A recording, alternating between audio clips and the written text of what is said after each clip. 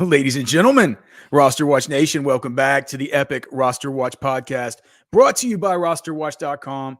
My name is Alex Dunlap, joined by Cody Carpentier and the Trashman here on a Sleepers Day. We're talking about targeting these 9 sleepers in your 2024 fantasy football draft. Very SEO friendly. Thank you, Cody Carpentier, for the title. I guess we're doing 9 of them, and these guys are sleepers. Cody, you said in the group text last night what dudes that we're looking at between rounds 10 and 18 in these early redraft leagues, and really just for now, best ball. These redraft ADPs are just so much wildly more different than these best ball ADPs, where you have all these kind of galaxy brain best ball bros, doing all the super zero RB stuff. We know it's not going to be like that when it comes to redraft season in earnest, but that's the way it is right now. And I think it gives us a good gauge of who, these are going to be late round dudes, right? These are late round players. Let me ask you guys before we talk about sleepers, just to begin with, and I'll tell you how I preface this.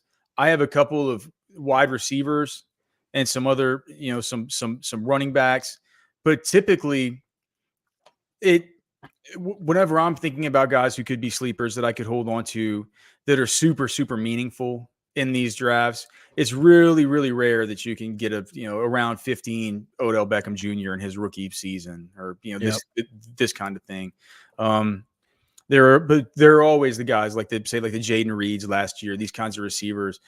The ones that are the really meaningful ones are whenever you draft the Devon Achans or the Kyron Williams or these kinds of players coming into the season, because they can be bedrock running backs for you in redraft, which clearly is a lot different than best ball as far as the structure, the scoring, all the rest of it. So typically, even though I'll talk about some wide receiver sleepers, typically when I'm like really mining and trying to find these sleepers, Cody, like, do you feel the same way that most value can be kind of found and mined in these redraft leagues by identifying the running back sleepers?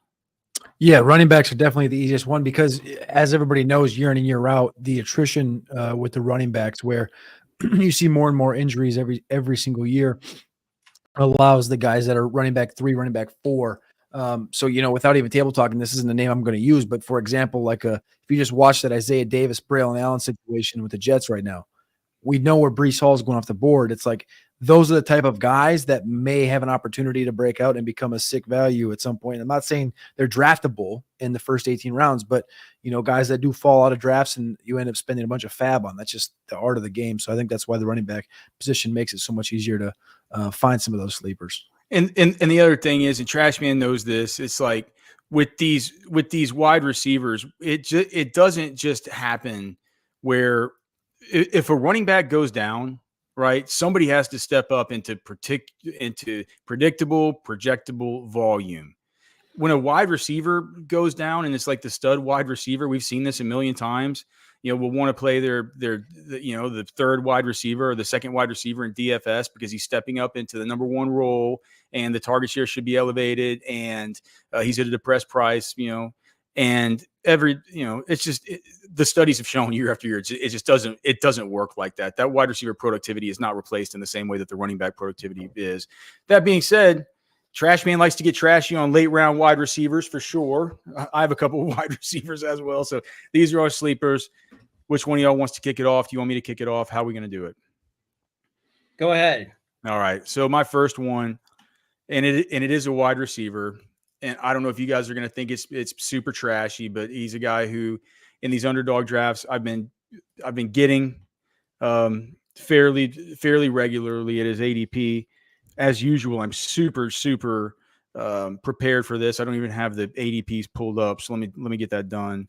But this is DJ Chark, and I know it sounds gross, but if you look at the ADP on him, ADP of 204.5, you can get him in the last round of your best ball. You get round 17, round 18, and for me, it's really simple. It's just so many vacated targets and kind of bad players there to step up into those roles for the Chargers, and a really good quarterback. DJ Chark, I don't think he's dusted. I don't think he's done. He's still fast. He's still big. Is he better at this point in his career than Quentin Johnston? I don't know.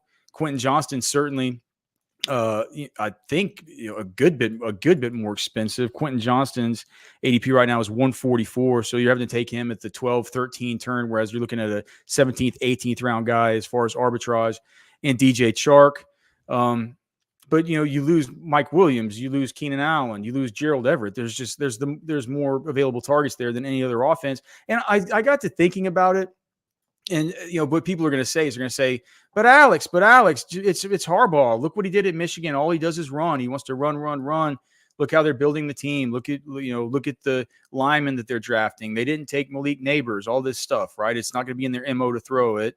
And I can understand that, but I wanted to look back and see just when Harbaugh was with the 49ers, what the number of passing attempts, right, on those teams.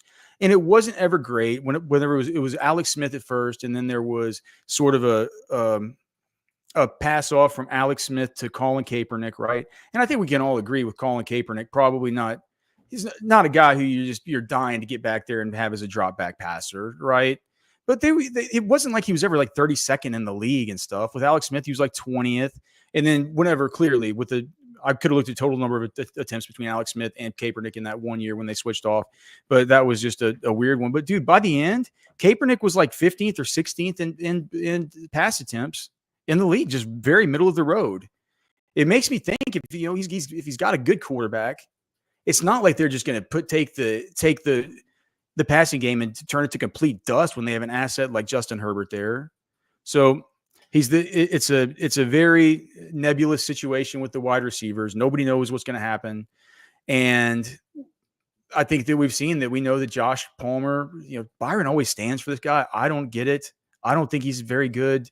I don't think Quentin Johnston showed us anything in year one. Could he have a year two breakout? Maybe. Right. But betting on a year two breakout for Quentin Johnston at his price seems it feels like less risky to me to go with like a DJ Chark here. So DJ Chark is my, last round flyered wide receiver pick.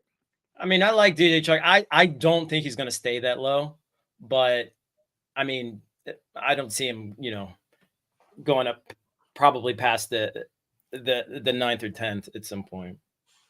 Who do you got, Trashman? First I have Marquise Brown of the Chiefs. He's not cheap anymore, Trashman. He's we were saying eighth round on, right? I think no. Like I know that I see Xavier Worthy, and see that's the thing is when you look at this trick because his ADP right now, what is his ADP with all the trailing stuff? 61, dude. We're talking now. We're at the end of the 5th round, and I saw Xavier Worthy in this one I was doing yesterday, getting ready for an update. Going at like 506, and Marquise Brown went right after him like the 508. I mean, this thing's going up. His ADP in Fantasy Pros is in 60s right now.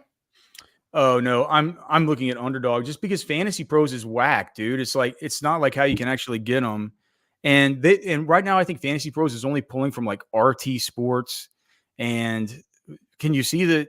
Like we'll start looking at Fantasy Pros ADP when they start pulling in ESPN and CBS and Yahoo and stuff. That like when it's like RT Sports and Fan Tracks, some of that stuff feels wacky to me. To be fair to Trashman, I did just complete a mock over there on Fantasy Pros using all those sources, and Hollywood went 706. So he's borderline on the 8th, or like he's right there. But I do think once people catch up and, a month from now does happen, I think he will shoot up a little bit more. But you could tell us about why you're high on Marquise. Like, do you still like Marquise Brown in the 6th round? Yeah, I mean, I think he could be the number 1 receiver for the Chiefs this season. Rossi Rice keeps on shooting himself $13 million. Huh? You hope he is. He's getting paid $13 million or something. Oh, exactly. I mean, and he played with some good quarterbacks, and he's been really good with some good quarterbacks. He never played with a great throwing quarterback like Patrick Mahomes. I think it's kind of a perfect storm. He's only 27 this season. I feel like Marquise Brown. I mean, it's a sweet spot for him. And there's no Marquise Valdes-Scantling to vulture some of these long tosses. I think it's just like a perfect storm for Marquise Brown this season. How does Marquez Valdes-Scantling keep getting jobs? That guy just has. Man, he's got like those. You I know have what, to admire what's it. what's the guy on what's the on Happy Gilmore, like the old caddy that gets his hand bitten off by the Chubbs. Chubbs, you know, Chubbs. dude has that wooden hand that has all the glue and stuff on it. That's how I always think of Marquez Valdez-Scantling, man. Like wooden hands that get knocked around. He's got to glue them back on every week. All right, so Marquise Brown, I like it, especially with the Rashee Rice stuff. But dude, he's getting pretty expensive. So is Xavier Worthy. Cody, I'm going to go out west. I'm going to stay at receiver, though. I'm going to go to San Francisco. Right now on Underdog, Ricky Pearsall is a 12th round pick. On Fantasy Pros, he's going about the 15th round in PPR. This is a guy that when you look at the OTAs right now, he's getting the work in. We've only heard positives. He got the first round draft capital. I think he's creating a connection with Brock Purdy. And it does feel, I know the season's getting closer and it's abnormal to see a trade maybe happen between now and then, but if Ayuk's not happy, I could see them moving on and potentially vaulting him up even more. We know he's considerably better than Juwan Jennings. This creates a very sick 3 wide receiver core in San Francisco. And, you know, with the age of Deebo Samuel and George Kittle, they should be utilizing these receivers more and more to kind of keep these guys healthy like Kittle and Deebo. So I think Ricky Pearsall in that late round, it only exposes you to upside as the season goes on with injury or with trades or whatever may happen. But they showed us with the draft cap, and we've already seen it during the first couple of days of OTAs what he looks like. I mean, people are you doing this thing where you're just saying that Brandon Ayuk is just gonna, or that Brandon Ayuk or Debo is just gonna get traded? And this is just I'm not. But it feels like that's built into that Pearsall price because it's like, man, I mean, he's looking at probably what the fourth, fifth option in the progression. Well, I mean, Ayuk's skipping OTAs right now, right? So he skips OTAs. Guess who's going to get those opportunities? Guess who's going to build that rapport with Brock Purdy, right? And if they can get to a point with the contract, you know, everyone down there has got Trent Williams got a big contract, Nick Bosa's got a big contract. Guess who's getting one next? Brock Purdy's going to be in line soon. Debo's got, you know, all these guys. That's going to set like local sports radio just on fire. They're going to talk about that in every city. We're about to get it with Tua. We're about to get it with Tua. Whether they're talking about Tua is going to be the highest paid quarterback in the league, and then Purdy's going to want it more than him. It's gonna, and then you're gonna have all these other dudes like Mahomes are gonna come back and say like, well, what? Yeah, you know what I mean? That's like the Burrow and these like it's. I'm telling you, man, it's gonna be interesting, but it's I don't know. It's kind of a non sequitur, man. It's gonna be funny to watch how people, you know, Purdy's been good, but it does feel weird to make him one of the richest, highest paid quarterbacks in all. You know it's coming. I know. I can't believe this thing that they're talking about. The Tua. He's very appealing to a lot of NFL fans. I think. Well, people love the underdog story. He's the Mr. Irrelevant and all this stuff. He's too short. He doesn't look like he's going to be any good, but he's good. He's good for fantasy too. All right. Pearsall. I mean, come on. Thanks, by the way, Josh. What is that jersey, Trash Man? He says he got a sick jersey. What is that? It's an old Elijah one. Oh, Elijah one. Jersey. Okay. My next one, and it's another one that feels gross, dude. But I keep thinking, I've always thought about this. It's another wide receiver. Are you guys totally out on Jahan Dotson now? No. I think Jahan Dotson. I like Jahan Dotson with Jaden Daniels tossing that thing around. I mean, no Curtis Samuel. Yeah, and Cliff Kingsbury. You know, I know that there's a lot of talk there in Washington about, please, Cliff, don't put Jaden in danger of getting injured with all this, you know, all this kind of running around RPO stuff. But dude, I think that's just kind of, I mean, whenever you hire Cliff Kingsbury, you kind of hire him to run his offense, dude. He comes from a long line of people that have incorporated these kinds of concepts, man. And with a rookie quarterback, especially one like Jaden Daniels, who, as I was going back and just like kind of, I did a little exercise just last night and the day before, where I was just going back and looking at scouting reports on these quarterbacks that had come out and the pros and the cons and stuff like that. And it's plain to see if you watch Jaden Daniels, but some of the stuff that came out from NFL executives and stuff like that, in some of these columns that come up right before the draft where you say like, oh, here's what scouts are saying. Or one GM told me this. They'd say that with Jaden Daniels, like, of course, there was the worry about him being too skinny and too slender in a frame. But the other one was you just worry about, like, he's just so awesome, like off platform and just out of the pocket and all the rest of, like, his accuracy is through the roof in those, but you worry about him within the structure of the play design. What better way to get him kind of integrated into the structure of the play design than to let him get these dropbacks, these quick RPO hot reads and stuff? And what better player than Jahan Dotson for that? Like, I love Terry McLaurin too, but Terry McLaurin is just a whole lot more expensive. Yeah. I mean, I can see the deep shots to him. And look, I know that Dotson's not solely a slot dude, but you can see last year the way that LSU would use Malik Neighbors, where he would get used outside over on the right. He'd get us sometimes out over on the left, sometimes a lot out of the slot though, and stuff. And when Jaden Daniels could pull up, get right back off his back foot, get it to that dude, I think that Jahan Dotson, who, man, whenever he was coming out, so Jordan Addison came after Jahan Dotson, right? Addison was after, yeah. Yes. But I remember, like, my comp for Jordan Addison was like, dude, he's as sick as Jahan Dotson. He kind of, like, dude, we forget that Jahan Dotson was awesome. Like, he was a great prospect. And with this whole offense getting elevated, right, you feel like this is be a third-year bump for a dude who, dude, we used to be fine waiting. Byron has a whole article. You can search for it on Roster Watch about the third-year wide receiver doctrine, the AJ Green doctrine. We used to talk about this. Like, they're coming into their third year. This is the year. I think this could be the year for Jahan Dotson, and you're getting him right now. At the same time, when you're taking guys like Quentin Johnston and Josh Downs and Gabe Davis and Brandon Cooks. Tyler Finley's asking, what did you put up, Cody? Is there any hope for Quentin Johnston? Sure. I mean, he's a talented dude with first round draft capital. He needs to learn how to catch. Probably he needs to learn some of the nuances of the game. You can't. He had a weird college profile in that being like just such a great yards after catch guy, but not really a body for it, or stylistically the type of player that you would generally think about like that. Trashman and I would always say, like, how does he rack up these yards after catch? It's almost like his magic. It's hard to define how he would always do it. He didn't really have a calling card for it. I think he needs to find his game at the NFL level. So we'll see. Trashman,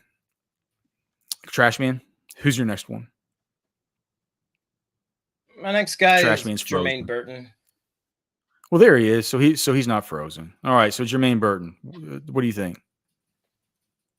I mean, I don't remember the last season that either T. Higgins or Jamar Chase played a complete complement of games. And Boyd has, I wouldn't say he's thrived in those circumstances, but I'd say Burton is a little bit more of an athletic specimen. Well, maybe a lot more of an athletic specimen than Boyd. And Tyler Boyd, gosh, of course he is. I mean, he was like over a 9 athletic.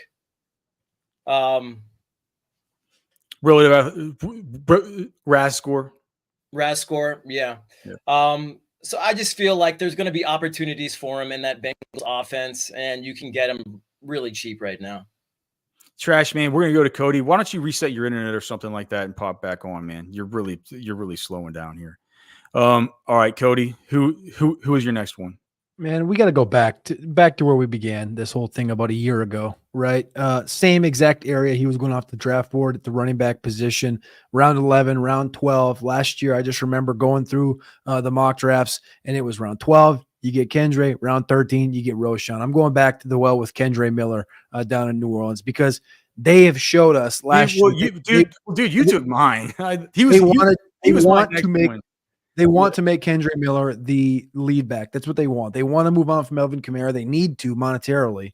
And when you listen to people like Nick Underhill, he says that that's what the overwhelming drumbeat has been inside the building is that Kendre Miller, they're looking for him to take that year 2 step. Yes, he was banged up coming out of college. Yes, he got banged up last fall, but that's where you get that value. That's where this value is baked in, is that people are saying, no, he's done. He's injury prone. Why? Because he came out of college with a bum knee. He took surgery, didn't test, didn't anything. And then it just kind of lingered, and he never got completely 100%. as the season went on. It's Alvin the Kamara is MCL. well into The there. MCL turns into a hamstring, turns into like it's a bunch of compensatory injuries, Cody. And by the end, do you remember at the end of the season how sick he was? Like how sick he was looking whenever he finally got some action. That's what I'm saying. That's what they want to do with him. They want to build him into this role. And they told us at the end of last year, they've told us it all off season. They didn't spend anything on the running back position in the draft. They've moved on from Michael Thomas. They're ready to move on from Alvin Kamara when they can. They can't quite yet. But, I mean, Kamara's right on the verge of slipping over the edge, right? That's kind of where I feel about Aaron Jones. But it feels like Aaron Jones may have a little bit left in the legs than Kamara does. But I think Kendre Miller, if he's healthy, he come into this fall, it's going to be pretty clear difference in who has the juice and who doesn't. All right, I think we got Trashman back possibly, although he still does look very grainy. Trashman, are you there? Yeah. All right, so he had Kendre Miller. I saw this this tweet earlier from Hayden Winks. He works at Underdog.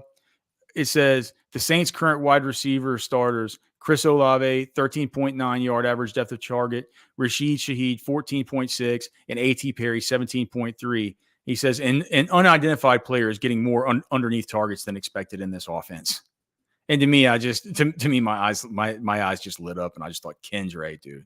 I think the obvious thing, the obvious place your mind would go would be to Alvin Kamara, but it's like you said, man, the drum beats there on Kendre have been there. We were in on him last year. I'm in on him in Dynasty. I'm holding, and I'm back on board this year in redraft. And you know what? The good news is it basically costs the same throwaway pick this year as it did last year. It's going to cost you a 12th, 13th round pick to get Kendre Miller. All right, Trash Man. Who do you got for your last one? It's Antonio Gibson for New England. The Patriots are just so bereft of talent, of playmakers, at least proven playmakers at this point in the offseason. I just feel like Antonio Gibson's a perfect combination of pass catcher and ball carrier to really pick up a lot of these kind of, dump offs that I think are going to happen with the Patriots offense. It just seems like of all the cast of characters that they have there right now, the motley crew, Gibson seems like the guy with the best combination of, decent floor and high upside. I think he's fine. I think for me, it's just like finally, Ramondre Stevenson is still going way too high. He's falling a little bit. And to be honest, I'd never taken Ramondre Stevenson before. I don't feel like over the course of certain periods of, the last few seasons, it's felt like this could possibly hurt me. But in the end, it hasn't really hurt me that badly to be a guy that's kind of faded Ramondre. I've always liked his price to be super high. Now it becomes a little bit more of a proposition to fade Ramondre Stevenson when we see with the Antonio Gibson stuff, he's beginning to fall a little bit, but still going a little bit too high for me. To me though, with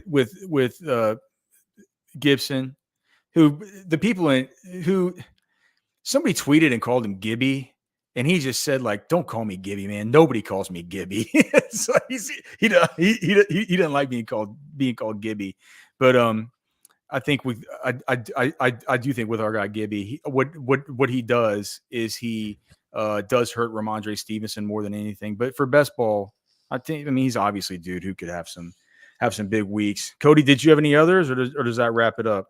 Yeah, I got a running back. That's what we talked. We started the show telling the people about the running back position and why the running back position is important to hit later in these drafts, and why you're going to see us pound these guys in that 12. If you mention Ty Chandler again, I'm going to go jump off the bridge right into late. Hey, you want the 8th consecutive show with Ty Chandler? No, that's not what we're doing here.